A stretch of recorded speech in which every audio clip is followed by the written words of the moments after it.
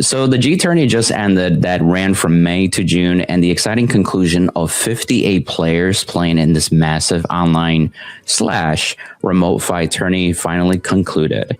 And what's really exciting is that I have Dragnoa here, who got second, facing off in the finals against the Mighty Ripples. And what deck did you bring, Noah? I brought Chaos Breakers, Starvaders. It just felt like a good comfort pick for me. So yeah, I didn't expect to make it that far. I'm not going to lie, but it was a great tournament, honestly. But yeah. And I'll cover it in a different video, but there was a very diverse set of decks in top 8 as well, not only within the tourney itself. And Chaos Breaker is something that we want to do like a deck discussion today. Noah, I think you plan to do a separate video on your channel too. I'm going to be doing basically what is basically like if you've ever seen like a Wolfie VGC video where he goes like round by round for his tournament videos. I'm going to do something very similar in the future, but just not as heavily edited because I don't have the time nor the staff to actually do that sort of thing. But if you're interested in that, go ahead and follow me on my channel. I'll have Commander Jaime leave a link in the description below so you can follow along. And when that video goes up... I thank you for that too. So, and again, congrats again, second place overall. 58 players is no joke, especially even today's age, with a retro format like G format too. So you have both Close and you have also Crisis.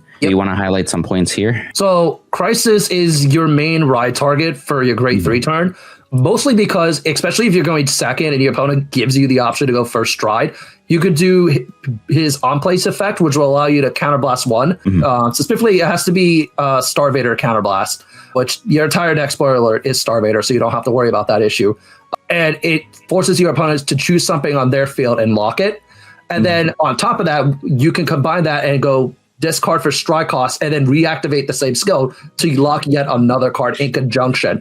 All on the same, basically the same like turn right there. You get to double dip, nice basically. Because he has a really somewhat different, like a similar retire effect as like the OG Chaos Breaker, but the only difference is it's a hard once per turn. But the way it works is, and the best part is with this is that you don't have to pay a Soul Blast for it, which thank God, because this deck is very resource heavy. It's definitely something that, as you'll see later on through this list, like I felt like, given a certain card which recently just got unlimited, not unlimited, but put to 2 in premium, yeah, it kind of makes this deck actually function. So yeah, this is your main ride target, but we also have a really solid backup target in the form of Chaos Breaker Close.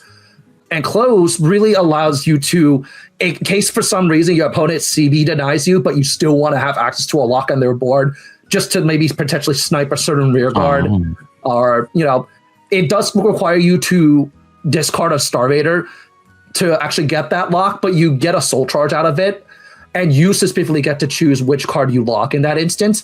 And he's really good for the late game, especially when we go into some of our other strides, which we'll talk about in a little bit, where you can essentially force cards out of your opponent's hand for a cost and place them onto the rear guard as locked. And this was part of the reason why people have what I like to call post-lockmatic stress disorder, where they just hate chaos in general because of the insane amount of different ways you can actually get locks on the board. And you're gonna see throughout the entire list that it's not just the locks themselves, it's more so the ability to sit there and say, hey, I have multiple ways. You don't have to give me a rear guard to lock. I can just lock one regardless. And it's going to be from hand. It's going to be like this list doesn't run it, but maybe sometimes it's from the top of the deck. Sometimes it's from drop. And so no matter what, you're screwed if you don't match up and did this well. So Chaos Breaker Close is just one of those really good like backup targets in general. It's a good point. It's a good point to bring up too. And here, I'll highlight the stride because I think it just makes sense to highlight it. Yeah, you want to scroll down to Deluge because this is the main combo of it. So once you get to Generation Break 3, what ends up happening is, let's say, sake of argument, you end up having 2 copies of Close in your hand. Ooh. What you can do is discard Close for stride fodder. Yep. Then you go into this guy. You activate, let's say, Crisis Stride skill to lock 1. Then you go Close effect to force a card out of your opponent's hand as locked. And then you do Deluge on top of that, which forces 2 from hand in conjunction. So on top of that, it requires you to discard. So if you have another copy of Close, guess what? You're ripping 3 from your opponent's hand. And if they're at 4 or less damage, you can send one of those locked cards into their damage face down, which is absolutely nuts. It's like pinging them for 1 damage too, and then you take really 4 cards in just that one combo sweep, basically. Yeah, that entire combo. But what's crazy is that depending on how you go about it, there's also some situations where you could discard more than 1 copy of close at a time for the cost of striding. So if you just so happen to have 3 copies of close and you don't mind wasting so many cards in hand, guess what? You could discard 2 copies of close for stride cost, then do their skills, and then do Deluge after the fact, and then do the close from there, essentially ripping 5 from your opponent's hand potentially. Or if you're really a psychopath, maybe 6 if you get lucky enough discard. Never happened to me before, but you never know, you know? Yeah. Starvader is when the stars align, right? Yeah. And I do want to highlight with how much with Soul Blasting, how much you're probably wondering, how do we even maintain all this? And that's simply because of 1 card, and that is Turmoil Starvader Zinc. Now, Zinc is just really just an amazing card in general, because this basically refunds every sort of like resource you could be possibly wasting.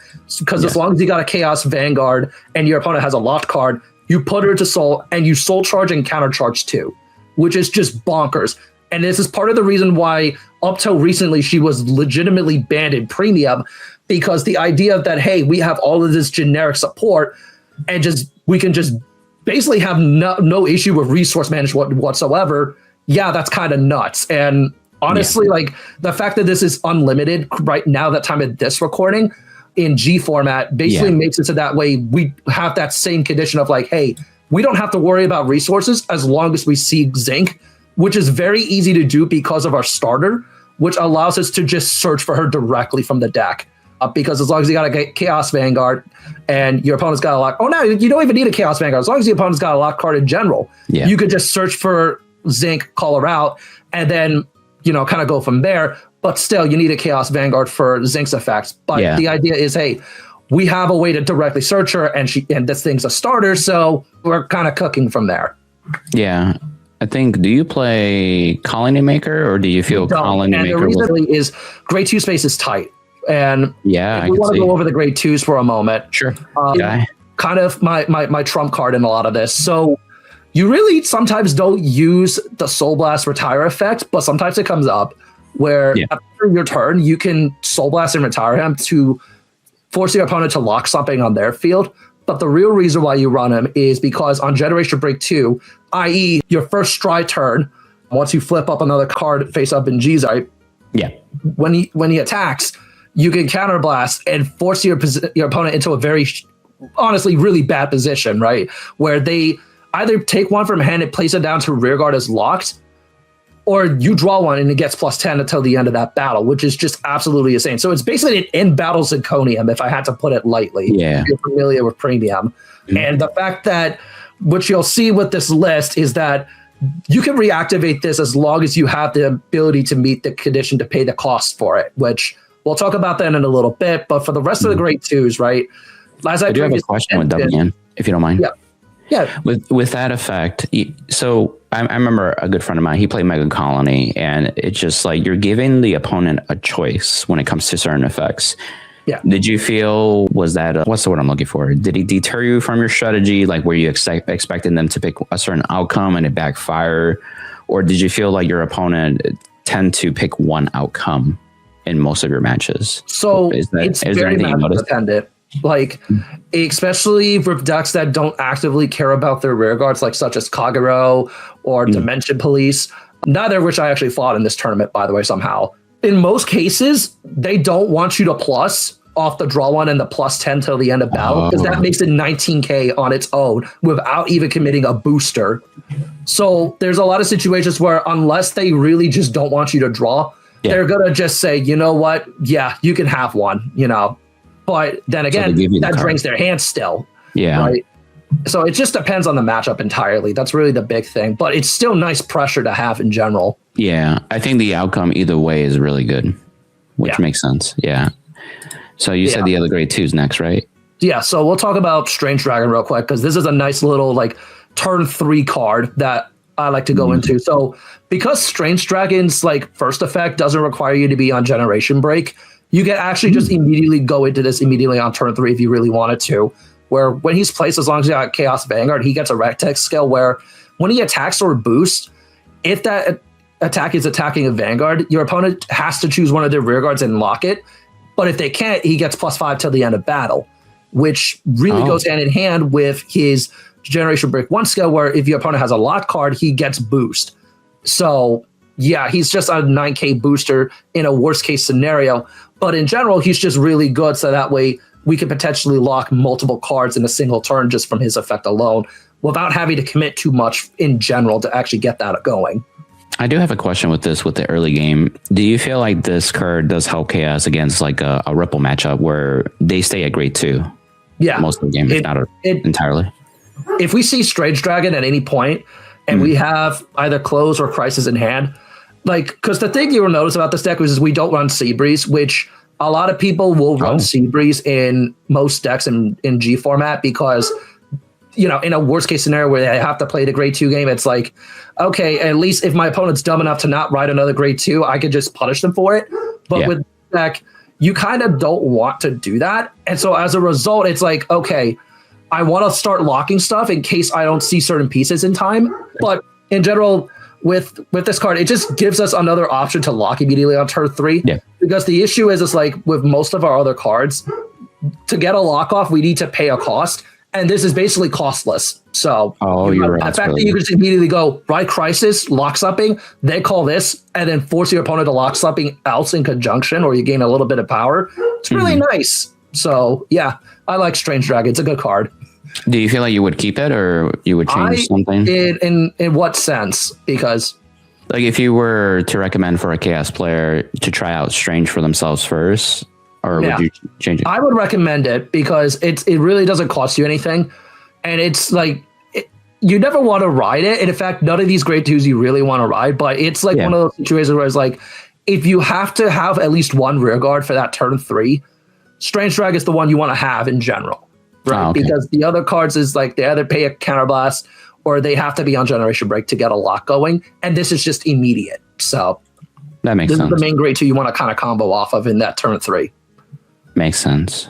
Because then this one is really, really good because, and we use it even in some premium lists sometimes depending, but once you are on your grade 3 Starvader, you can counterblast 1 and force your opponent to call something from their drop zone as locked.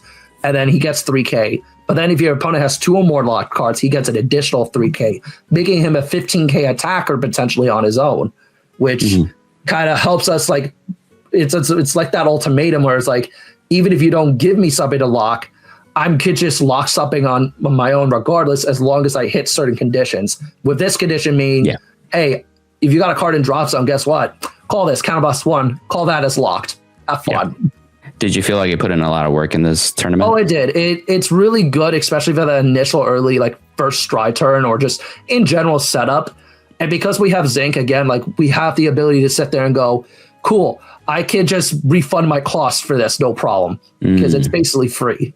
Yeah, that's really good. I think that's for the grade 2s, right? 2 recommendations. If I will say some other grade 2 recommendations that you might want to consider for this deck. I've tested a lot of grade 2s throughout the years with Starvaders, and I've had 13 years of experience, so I like to think I know what I'm talking about with this deck. So Colony Maker being a big one in case you want to look for very specific pieces like your Metanax or your Zincs. But more so importantly, it's just nice to search for potentially another carbon so that you can add another. Let's say you have run 2 carbons, sake of argument, right? If you just want to search for more cards and just deck them even further, well, there you go. Another good option is Cold Death Dragon. The only caveat with that is, yes, you get to call something off the top of your opponent's deck as locked, but it's an 8K. So it's an 8K grade 2, so that kind of may not be good numbers-wise. And then the other card, which I've actually been using, is something called Vela Junior Dragon, which has a really annoying guard restrict where I forget the exact condition. I think it's like 2 locked cards on your opponent's board. It makes it so that your opponent can't guard with grade 0s from their hand until the end of that battle. So sometimes it just forces them to be like, dang, I got to eat this small little attack real quick, you know? Oh, that's really good. Light pokes, you know? But honestly, there's no, like, Starvaders has a lot of really good, like, a lot of good grade 2s in general. And so that's why I was more willing to, like, compromise and be like, okay, I can run these specific grade 2s and feel comfortable with my picks, especially since my grade 1s are going to be basically so much more generic, which we might as well go over now. Metanax, big, just kind of a nice little booster. It is a generation break too, so it's basically Volt Line on steroids, if I had to put it on one way, because he gets, when he boosts and your opponent has 2 or more locked cards, he gets +4. And then if he attacks, if the boosted attack hits a Vanguard, you can actually Omega lock one of their cards, which is just insane. Yeah, it's really good. Yeah, and because it's searchable off of the carbon, you could just call it off that if you really wanted to. And sometimes you want to put it with the rears. And one thing I will say about this list is that I kind of regret not having it as a 3 of at times, because that on-hit pressure would be really, really good. Because I found after like the second Zinc, like you really wouldn't need Zinc that much. So honestly, if you wanted to cut a Zinc, specifically to put a 3rd meta next, that would probably be a good recommendation. And then the rest of the grade 1s are very self-explanatory, because we do have a Starvader PG in the case of Thorium. It's so good. It's so good. It's so good because once you place it, if your opponent has 3 locked cards on their board, you get to draw 1, which is just insane, insane value for what it is. It's kind of the reason why even in premium, you do tend to run this at like a couple copies, just because 1, it's searchable, and 2, hey, free draw, never could go wrong with that, So. And this is G format, so hands tend to be very smaller than premium size. So we're talking about less than 10 cards. And so the value of 1 card is much more important in this format. Yeah. Especially with the guard values being like, there's 5k triggers, so you can actually genuinely guard with a couple cards and still be good. So having that extra card does matter. Yeah, it definitely does. And then obviously we have Penrose Gate, which is our stride fodder for all of our Starvader strides. But more importantly, once you Soul Blast, you discard it for stride cost, you can Soul Blast to check top 7 for a Chaos and then add it to hand. And that's just really good in general, because that allows you to search for additional copies of Crisis, additional copies of Close. And so in general, this allows you to just thin the deck even further on top of all the other stuff you've already been doing up to that point. And it's just nice as good discard fodder in general. Like, you could honestly make the argument, if you really wanted to with this list, cut Zinc to 2, put this to a 4 of, and then put Meta next to a 3, and I think you'd have a really solid list. Because there are just some games where you have to discard. I found in a lot of cases with this list that I was discarding more cards than what was necessary for stride cost. So that may be something you may want to consider if you're actually going for this kind of build.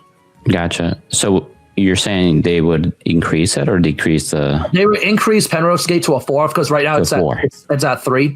And then you would cut Zinc to 2, because you're going to be able to find it no problem off the carbon anyway. And the most I've ever used is 2 Zincs in a single game. So having Penrose Gate is just nice to have in general. That makes sense. Yeah. Gotcha. And then the Zinc is at 4, which you already covered. Yeah. So then we get to really the main meat and potatoes of this. Obviously, you have our 4 resource heals, which allows you to counter charge and soul charge, if you want to discard. It just depends on which one you want. You end up finding in this deck, because of Zinc, you're going to end up wanting to counter charge a bit more, because we have so many ways to just put stuff into soul in general, right? We got carbon. We even have a stand trigger, which we'll get to in a moment, that allows you to put you into soul if you really need it. So counter charge is really the big issue with this deck. And then obviously we have Paradigm Shift Dragon, where Paradigm Shift allows you to put them to the top of the deck and then force a locked card on the opponent's side of the board in the back row, which is really nice to hit certain rear guards in general without having to really commit too much. And especially since you'll end up having them in hand, you can sit there, especially in the late game, if you're down to a few cards left in deck, be like, cool, Paradigm Shift activate effect. And even if you don't, even if you're not able to lock something in the back row, just being able to send this back to the top of the deck is always just nice to have in general. Yeah. Because you do at that point as much of the skill as possible. So you don't even have to lock. You could just shuffle this back in. Yeah. And I think that's big, because when I played back in the day, deck out was an issue. This adds cards to the deck, but you're adding critical triggers, which make drive tracks even more scarier for chaos. Yeah. But that's not even the most scary part about this deck. Now, this is interesting. So why are you playing 8 stands, actually? So starting with this guy. This was something that me and Caleb had been talking about on and off for the last few months, pretty much ever since the G tournament started. But we both mutually came to an agreement where, because aside from Stark, which we'll talk about later on down in the video, where Oh. You only get a handful of attacks per turn. But literally, aside from other certain effects, you only get 3 attacks a turn. This means that you're not able to pressure your opponent nearly as much. So what these stand triggers allow you to do is pressure your opponent in a unique way. It forces them into more awkward scenarios to a point where it's like, okay, let's say I have Dupnium or Strange Dragon on rear, and I can reactivate their skills more than once per turn because I checked the stand trigger. Guess what? That just puts them in an even bigger bind, especially when they weren't expecting an additional attack to come through. And what's nice about this one in particular is that it's basically just a grade 0 version of Palladium, which allows you to just put into the soul and relock a card, which is sometimes it comes up, but most of the time it's just you want it as a stand trigger because why not, you know? The effect is supplementary, basically. Yeah. But you wanted the stand effect. I was watching some of your games throughout the rounds, and the fact that you would attack with rear guard first and then swing with your Vanguard, I was like, wait, why did you do it that way? And then the amount of times you drove check stand triggers, I was just like, what am I watching? But I'm like, he's getting 4 attacks in chaos, and it's paying off, like literally. Yeah. I think every time I saw you get those off during your drive checks, you pretty much won that game too. Yeah. It literally wins me games because it's like, cool, I get to reactivate Palladium. I get to reactivate Strange Dragon or Dupnium. And then it's just like, cool, that additional attack. And what's really nasty about this is that when you combine this with certain strides, which we'll talk about in a little bit, it makes the attacks just brutal. Like, think about this, but on a glue ball turn, where it's a plus 15k to the front row, which is just downright evil. Yeah. And I wish we had another effect stand trigger in Starvaders, because otherwise we wouldn't be running the vanilla, obviously. But that's literally what we're forced to do. Yeah, I remember seeing this card. This is an old card too. BT17. Like, wow, that's crazy. That makes sense. I think you want to start diving into the G zone, and I guess we can highlight some of those turns, or did you want to go in order? So I guess we could let's talk about Stark real quick, because sometimes this actually does matter, and it came up in Game 2 of Finals, where and I'll spoil it here because you'll probably laugh at this situation. So I had Stark on my Vanguard circle, and I had 4 open counterblast. Now imagine what happens in that scenario, right? Swing with Dupnium effect, counterblast. It forces your opponent to be like, do I want to lock one from hand and then force either lock one or give him the option to draw one and get plus 10?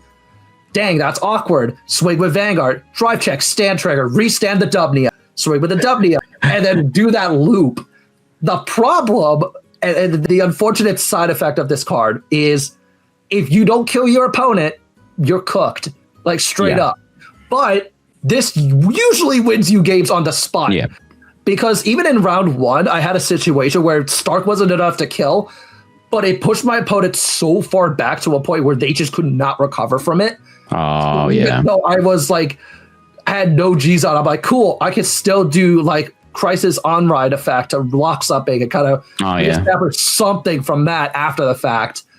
But Stark just comes up in general. Like, I really do think, like, you can argue maybe if you don't feel comfortable playing it's a situational card, but it's like this where you get multi-attacking the way that you do, and given how much you compress this deck, you are more likely to hit a trigger once you go into this. And there are some situations where it's like, dang, they don't have enough PGs to block this at like 4 or 5 damage. Well, this is a 36k beater attacking like it's a Yu-Gi-Oh card. Might as well just kind of cook them a bit with this and see what happens, But in general, it's really nice because you can combine this again with some of the other great 2s and 1s that we have in the deck to kind of just sit there and just honestly kill your opponent. Like, this is just, there is an argument to be made where this could be, instead of this, you could run Seabreeze in the deck, but sometimes this comes up a bit more because sometimes you just need that kill confirm.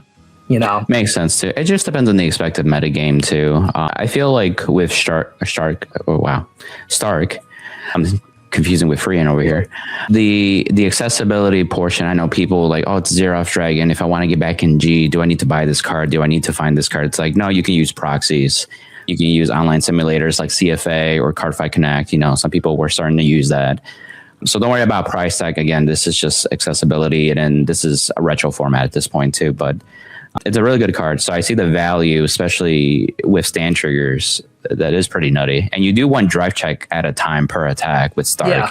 So that's hilarious. I love that you broke that down. And you actually got the stand trigger on top of that. That is pretty nutty. Yeah.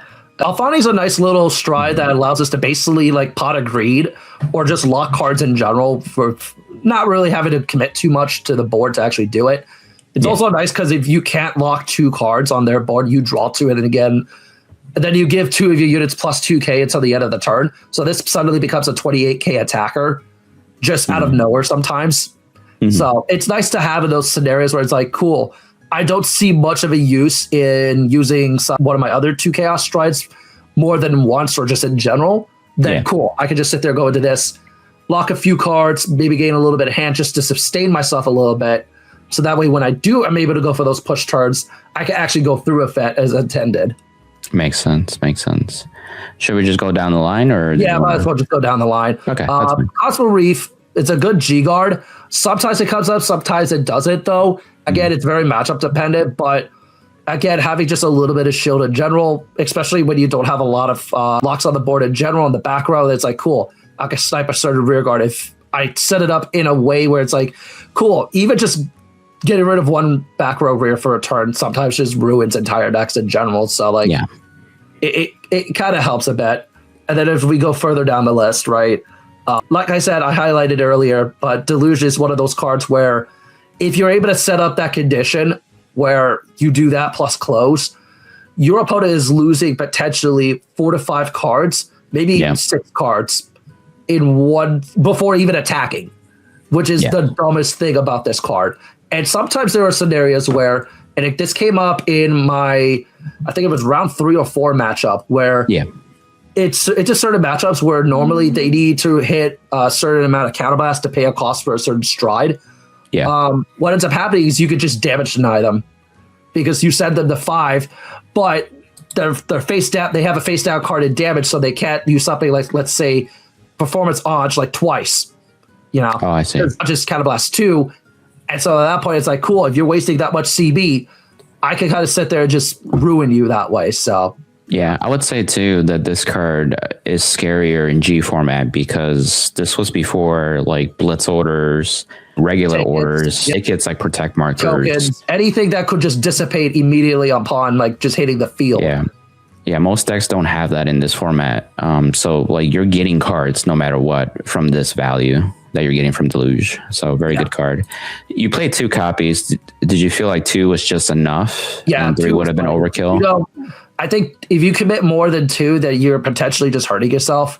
Yeah, because you have other options really.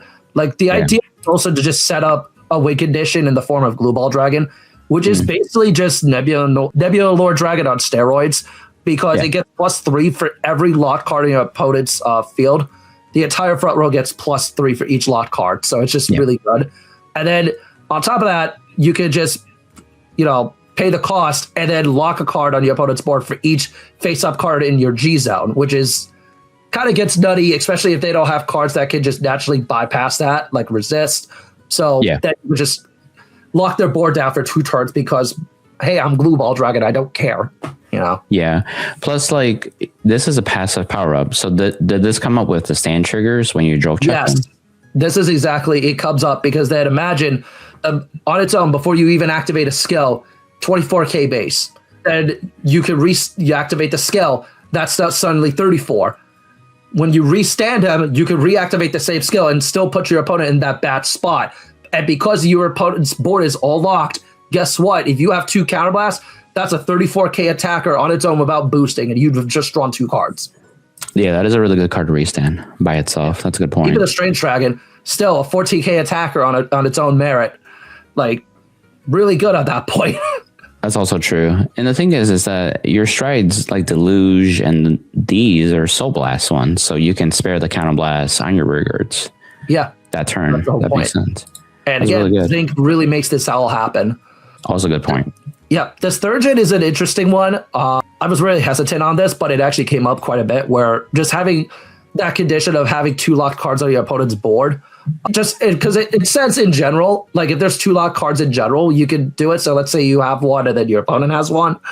this actually comes up sometimes in Messiah lists as well, just because having that additional way to just draw additional cards sometimes just matters. Yeah. Like I would argue maybe putting this up to 2 if you have the space for it, but like honestly 1 was plenty. I didn't realize it counted your cards if they were locked. That's a good point. Yeah.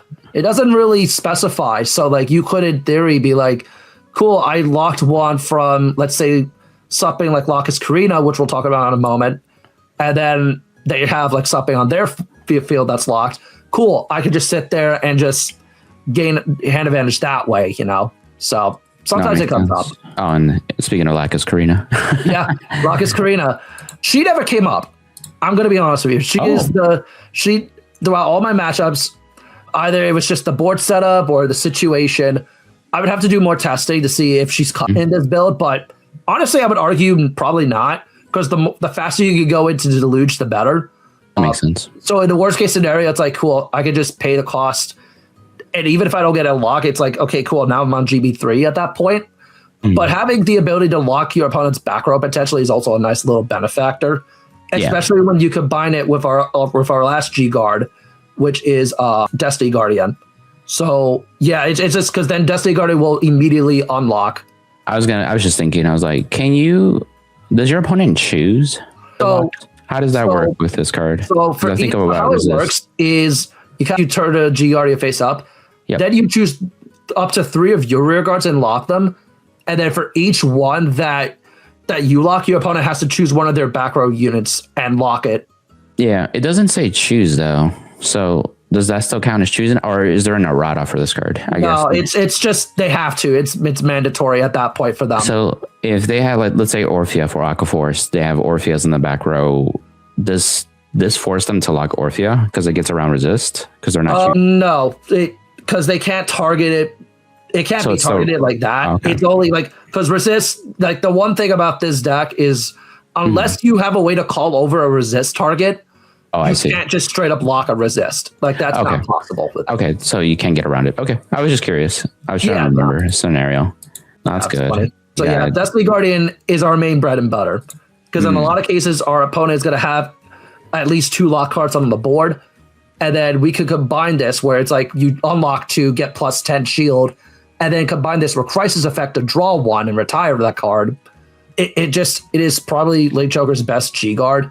I wish it wasn't the case, because honestly, like we needed better G guards in all honesty, because more defensive quality. Yeah, just defensive quality. Yeah, but it's really good because you get the draw, at least with Crisis, immediately.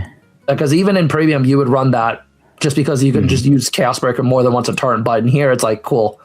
But yeah, Chaos Universe. It's either you go into this as your first stride, or you go into your first stride, just depending. But what this allows you to do, especially if you G-guarded preemptively and you wanted to go into this after the fact, this forces your opponent to lock 1 from hand, and you get to choose where the locked card goes to. Yes. And then once you're on GB2, essentially once you have 2 face-up cards in G-zone, then you can lock another one of your opponent's rear guards just as is. So that's nice too. That's funny. And the clown said game over.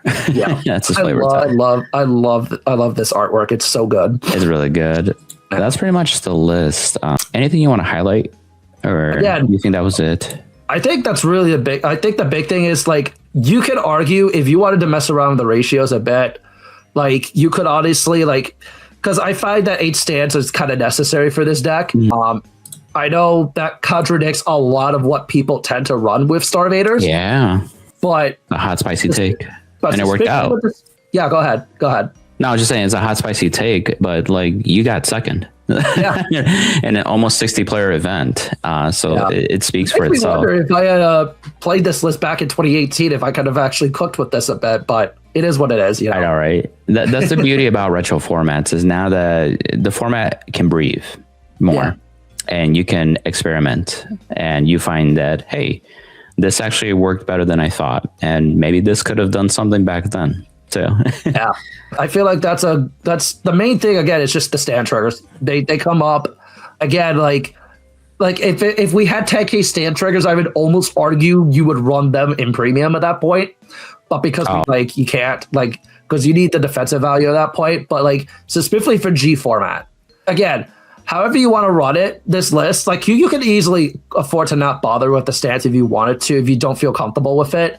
If you want to cut, like, let's say like you want to run an additional like 2 crits and take out like 2 stands, like you could technically do it like a 6 crit, 6 stand variant. That's also a very, I actually considered that at one point, just because then you have more crit pressure that way. In general, like find that just hitting the stand triggers at the right time just matter a lot more depending on the matchup. So yeah. You feel a little more confident knowing that you play 8 stands too. Yeah. I was thinking too, like if they wanted to change up, like would it be like 8 crit 4 draw, or would you go 12 crit? I'm going to be honest, I don't like the 12 crit variants, because one thing you're going to end up finding, especially early on when you play this list, is that you do not have a hand. Like, even despite the fact that you draw off Crisis and potentially Dubnium, you do not naturally draw in this deck, aside from those 2 cards. So, like, you could make the argument for draw triggers, because that also could add to your soul a bit. But I do think, like, having the raw shield value in general with the crits could be something. I mean, again, trigger ratios, I'm sure someone could crack the code a bit better than even I could if they really worked at it. But like in general, I think running it the way that, like, because again, our trigger space is already tight as it is, because we have to run Paradigm Shift and our resource heals. So that's 8 slots already taken up. So then it's just a matter of the rest of the 8 at that point. No, that makes sense too. No, I love that you spent some time talking about that, because like I'm sure there's players thinking like, do I have to play stands or can I play a different ratio? You know, that helps a ton in that regard. You could definitely mess around with the ratios however you see fit. Like I said, like again, it's just a matter of personal preference. I'll firmly say this. I literally grab back this deck. Like I just built it on a whim. I made it on Decklog and I uploaded it and I gave it to Caleb. I'm like, here you go. Never did I suspect I'd come second in the largest G retro Vanguard format tournament I think I've seen in years, using an 8 stand variant. Like that's just something that like you never would expect, but it's definitely something that I could see other players like kind of build up off of over time. I agree. This is giving me ideas for like an infinite dragon build. That's for fun. You're gonna try to cook with infinite Zero. All right. Yeah. All right. And I was like, it struggles with just 3 attacks. And I'm like, you know what? Maybe the stand trigger could be something. Try out. Now, thank you for hopping on the channel, being able to share this deck discussion about Chaos 2. Again, this is the recent event from May to June 2026 with the Banlist. And in fact, for this one, I don't know if there's any changes coming up with the ban list. I don't think so. I don't think there was anything crazy that we saw. I think it seemed pretty balanced. Okay, so just real quick, I think they will probably hit Zinc to maybe 2, just from what I heard from Caleb very briefly. Just because, again, of how we talked about throughout this video, where it's like, you could easily just sit there and get away with just 2 of them.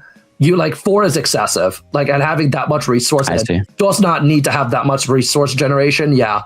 Kind of hit it to 2, maybe even to 1 would be enough. But like, I think 1's a bit pushing it, you know. But it is the 2.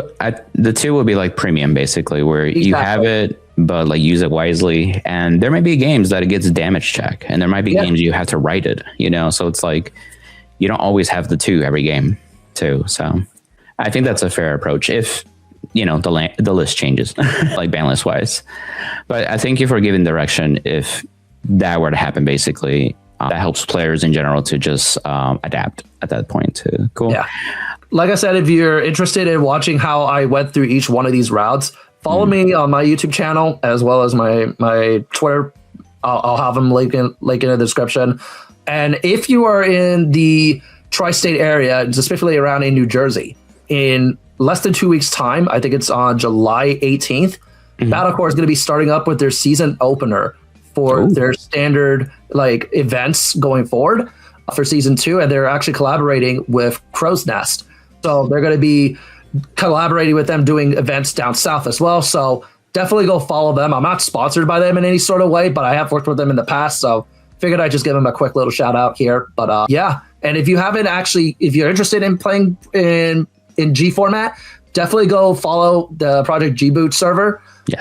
It's a lot of fun, honestly. Like, and again, like Command said, you don't need to actually own any of these cards to actually mess around with it. If you want to just make proxies, play on Cardfight area or Cardfight Connect, whatever have you, definitely do so because it's a lot of fun and we recommend really it. is. Like, especially if you're tired of standard right now and you're kind of looking for a different way to play Vanguard, this is probably the best way to do it, honestly. Yeah, I totally agree. Definitely check out Battlecore, especially if they're partnered up with Crow. Literally just won an event last weekend in Georgia. I had a blast, and they had a custom format with premium with energy. And again, it's because like Bushiroad lately hasn't been the greatest with standard format, and then also how they've been handling premium as well. So yeah, I think we've all started craving these retro formats, and I think this is a good segue for people to try them out for themselves too. So, yeah. And stay tuned. I'll be covering more deck discussions from top 8. I still have to do the top 8 breakdown with Caleb once he's back from vacation. And on the channel, I will continue to do G format content as this year goes along too. Thanks, Noah. And till next time, amigos. All right, bye. Bye.